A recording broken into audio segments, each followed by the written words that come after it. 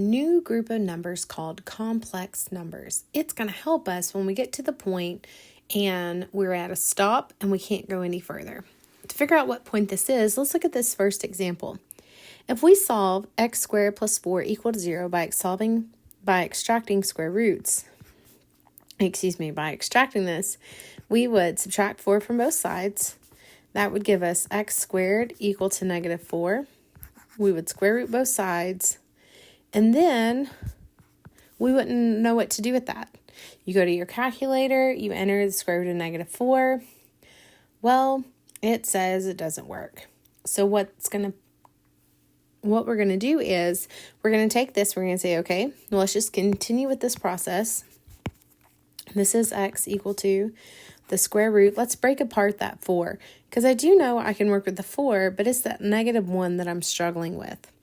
And so I could break that apart, and again, this is plus or minus. That gives me x equal to plus or minus the square root of 4 times the square root of negative 1, just working with how our radicals work.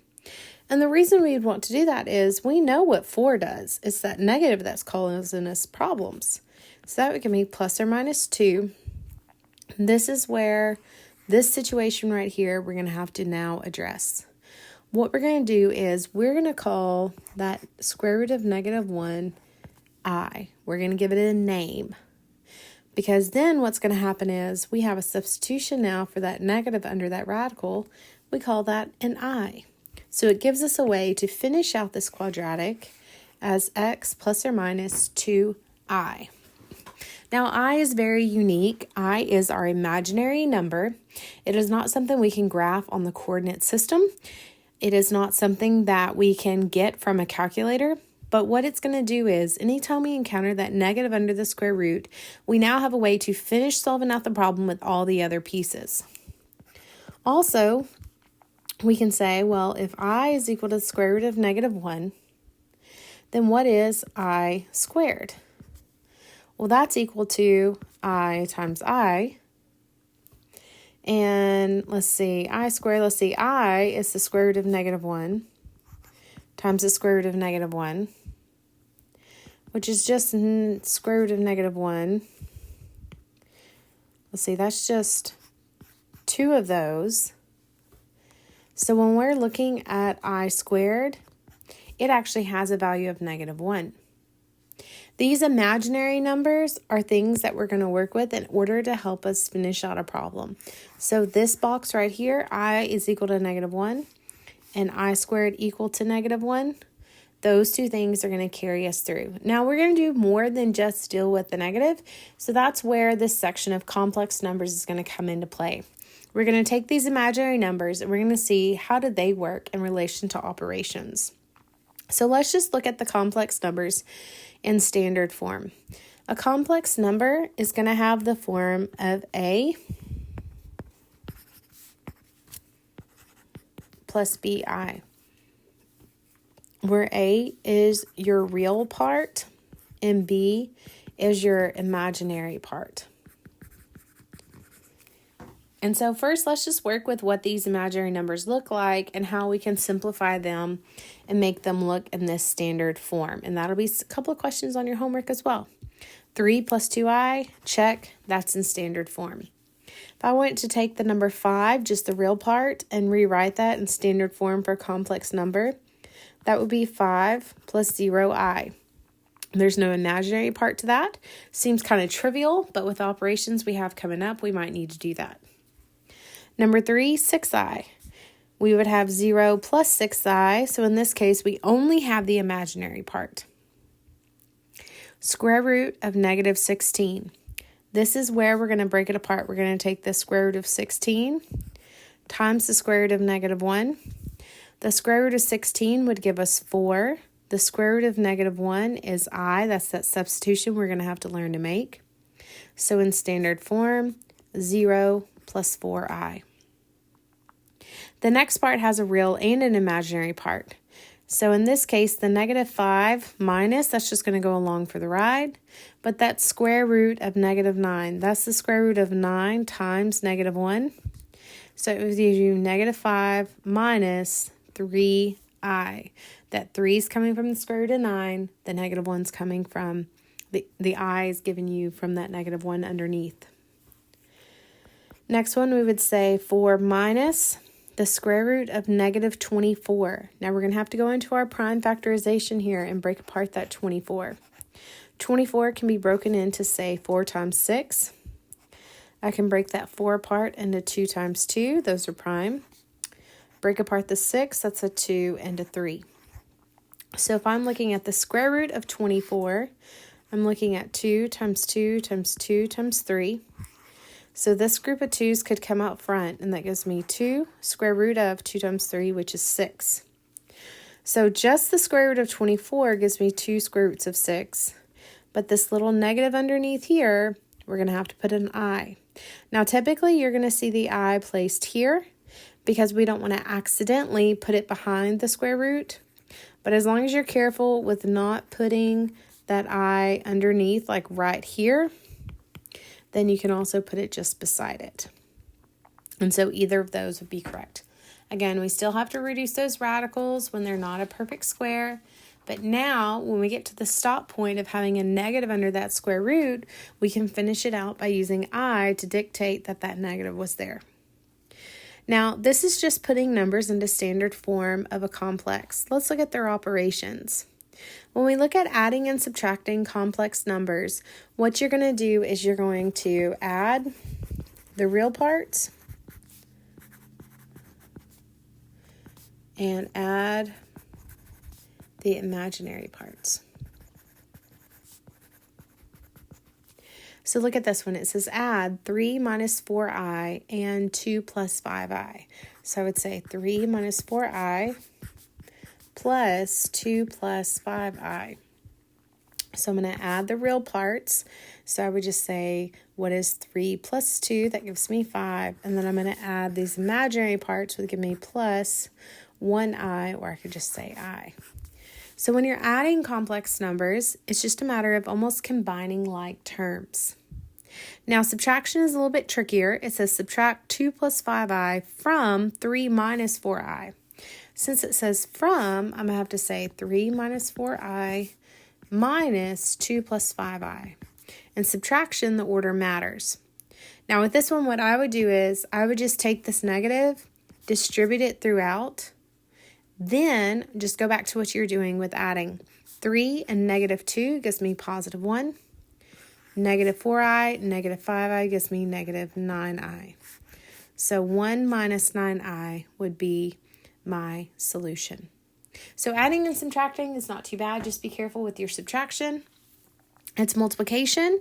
Let's look at it. Now, when I'm doing multiplication, I like to think back when we were multiplying and distributing with just x's. If this problem had been 4 times 2 plus 5x, you would have just distributed that and gotten 8 plus 20x. The same is going to be true here. I'm just going to distribute that 4. That's going to give me 8 plus 20i. Now, the kicker with your complex numbers is your answer should always be written in standard form. So in some of these operations, we're going to have to do a couple more steps. Let's look at the next one, see what we can do with it. And this one, again, if you had considered this just with an x, you would have thought, okay, well, let me FOIL that. You would have distributed the 4 and distributed the 3. The same is going to be true here with the I. So what I'll do is I'll distribute the 4 into the back parentheses. That gives me 8 minus 20i. Distribute the 3i. That gives me plus 6i minus 15i squared. I'm not done. I'm going to combine these two like terms together. That gives me 8 minus 14i minus 15i squared. Now, if this had been an x, this is where you would have stopped. But all of our answers have to be in that standard form of a plus bi. So in this case, what I need to do is I need to figure out what to do with that I squared. Earlier, we had a substitution for that. I squared is equal to negative 1. So I'm going to come down here. I'm going to bring everything else down.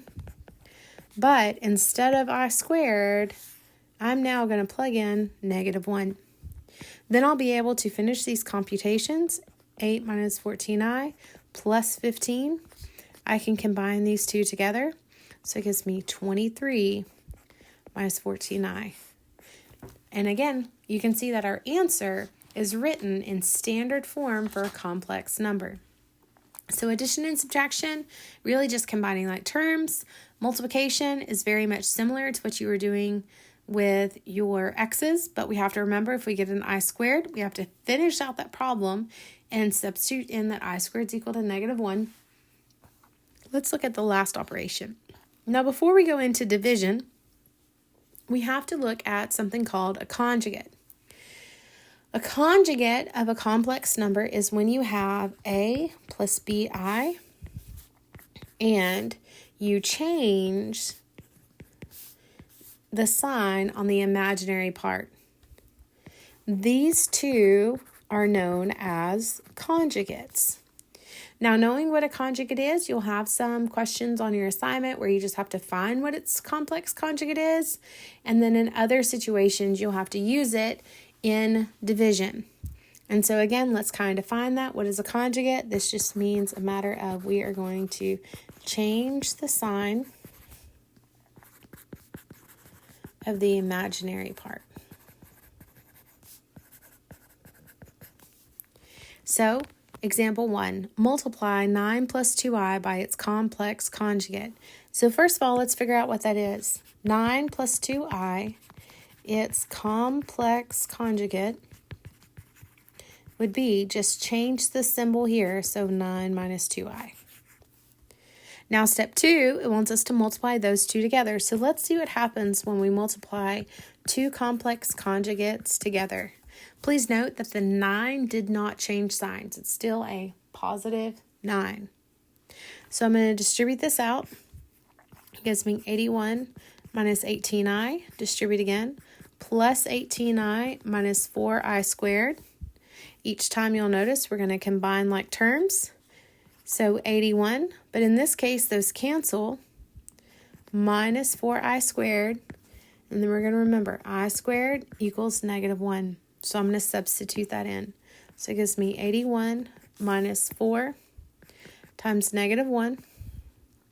So it gives me 81 plus 4 for a total of 85. Now, this is not by chance that this happens. This actually happens every single time you multiply two complex conjugates together. So let's make a note of that. When you multiply by the conjugate, always gives back a real number, meaning we're not going to have any i's left back in that. So that's always going to happen. Let's do the next example. Let's see if we get a real number, but also this one looks a little bit different because it just has that imaginary side. But if I take -5i and I multiply it by its conjugate, remember that's just changing of the sign on the imaginary part. This gives me -5 times 5 is -25. I times I is I squared. But again, we're going to use that substitution. I squared equals -1. And then I can finish that out, and that gives me positive 25. So again, you can see we got a real number. Now, all these situations and dealing with a complex conjugate is so that we can get to the fact of division. And what's interesting about division is it's not really division. Like, it's not really dividing. We are going to set up a rational situation, but two things we have to remember. One, we are never to leave an imaginary in the denominator. It kind of goes against our rule that we were saying of when you do operations, it has to be in standard form. And in order to do that, what are we going to do? We are going to multiply the top and bottom by the complex conjugate in the denominator. In the denominator. We don't want to leave it as a imaginary number in the bottom, and so we're going to multiply by its complex conjugate because we know that's going to give us the result of a real number. And so these are probably the hardest operations that you're going to do with your complex, but let's just kind of do a couple examples and see how it works out. Evaluate the expression -3 plus 4i over 2i and write the result in standard form. Standard form meaning I want that a plus bi form. Next thing I want to do is let's just go ahead and write this problem. -3 plus 4i divided by 2i. So I'm going to take this, and in order to work this quote-unquote division, I am going to multiply the top and bottom by the complex conjugate in the denominator. So I'm going to look at my denominator, and my denominator is a positive 2i. So that means its complex conjugate is -2i. So in order to not change the value of this problem, you have to multiply the top and bottom, because when you have something over itself, it's just a big old 1. So I'm going to multiply through this situation. Let's see, in the denominator, 2 times -2 gives me -4. I times I gives me I squared. In the top, I'm going to take this whole grouping and I'm going to multiply this -2i into there. That gives me positive 6i minus 8i squared. Again, we can't forget that I squared equals -1. So that means we're looking at 6i minus 8 times -1 all over -4 times -1. Let's continue to clean that up. Let's see. That gives me a 6i. -8 and -1 gives me a positive 8. All over -4 times -1 is a positive 4. Now to make this look like it is in standard form, I'm just going to go ahead and divide both of those out. So 8 over 4 plus 6 over 4i and reduce. So that gives me a 2 plus 3 over 2i. So you can see with the division, there's definitely more at play here. You had to know about standard form, I squared equals -1, complex conjugates, and you had to know to multiply the top and bottom by complex conjugates. Hopefully with practice, it'll help. Now this was kind of a simple example because, I thought it was simple, but it's because it has the imaginary and the denominator, and it doesn't have that real part. Let's look at this next problem so that we can see what happens when it's a little bit more complicated. So I'm just going to write it here to the side. This gives me 2 plus 3i divided by 4 minus 2i. So what we're going to do is we're going to multiply by the complex conjugate in the denominator. That conjugate's going to be 4 plus 2i over 4 plus 2i. So what we're going to do is we're going to have to do a little bit harder multiplication. We're going to have to FOIL all this out or distribute all this out. So 2 times each of these gives me 8 plus 4i.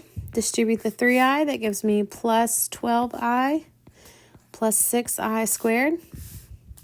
All over. Now I'm going to distribute this 4 to each piece. So that gives me 16 plus 8i. And then -2 to each piece. So minus 8i minus 4i squared. A little bit more cleanup in this situation. So let's see, 4i and 16i, so that gives me 8 plus 16i plus 6i squared. In the denominator, those cancel. That always happens with our complex conjugates. And then I need to plug in I squared equal to -1. So that gives me 8 plus 16i plus 6 times -1. All over 16 minus 4 times -1. So let's see, 8 and -6 would give me a positive 2 plus 16i. All over in the denominator, doing a little arithmetic here, -4 and -1, that's a positive 4. So 16 plus 4 to give me 20. Last step, I want to reduce that. So it gives me 2 over 20 plus 16 over 20i. Or 1/10 plus 4 over 5i. Again, of all the operations, this definitely takes a little bit more time.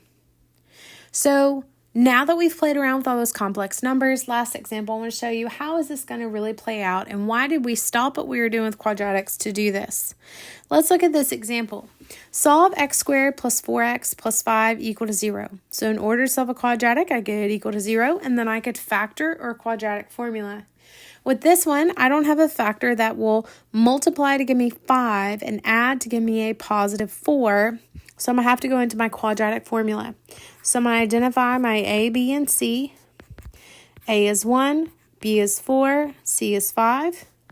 I'm going to write my formula, negative b plus or minus the square root of b squared minus 4ac all over 2a. I'm going to rewrite my formula with blank parentheses everywhere I have a letter. Then I'm going to go back and I'm going to fill in what A, B, and C are. So that's a 4, 4, 1, 5. Let's see. And then A was 1. Let's clean this up slowly. So this gives me negative 4 plus or minus the square root. 4 squared is 16 minus 20 all over 2. And what happens is, in this situation, I get the square root of negative 4. Now, if you go and you plug all that into your on-screen calculator, it will error a message out on you. So we're going to have to use our imaginary numbers. So that gives me negative 4 plus or minus. The square root of 4 is 2. The negative under the radical is I all over 2. And then I could divide both pieces by 2. So that gives me negative 2 plus or minus I. And so now with our uses of complex numbers, we're able to solve out this quadratic. Now, would that mean that those x-intercepts are something I could graph on there? No. But I was able to solve out and find what those x-intercepts were. So just like we do every time, go back and attempt the homework for this section and reach out to your instructor if you have any issues.